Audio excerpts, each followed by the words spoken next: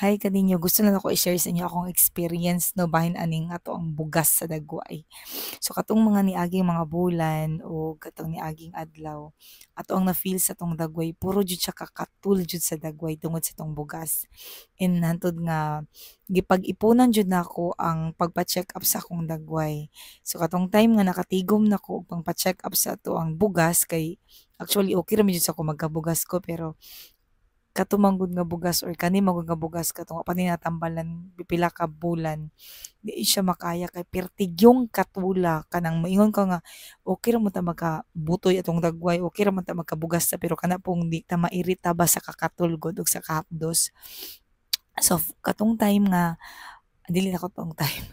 So last week nakaabot na jud ko sa ako ang goal jud nga kanang tigom ba para makapa-check up ko sa ako ang bugas kay katul na jud kay siya. So